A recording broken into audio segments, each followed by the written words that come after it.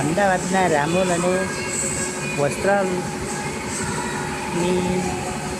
વચ્ચે એક કેનાલ આવેલી છે, નાનકડી કેનાલ છે.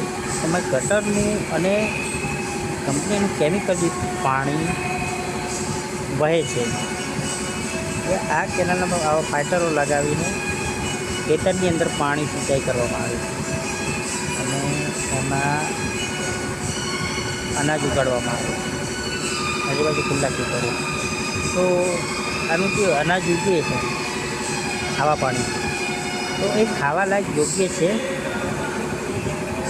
જો એ યોગ્ય હોય તો આરોગ્ય સાથે ચેડા થઈ રહ્યા છે. આના માટે કોણ જવાબદાર છે? સરકાર ઊંઘી રહી છે. એ પ્રજાના આરોગ્ય સાથે કોઈ નિસ્બત નથી કરતી.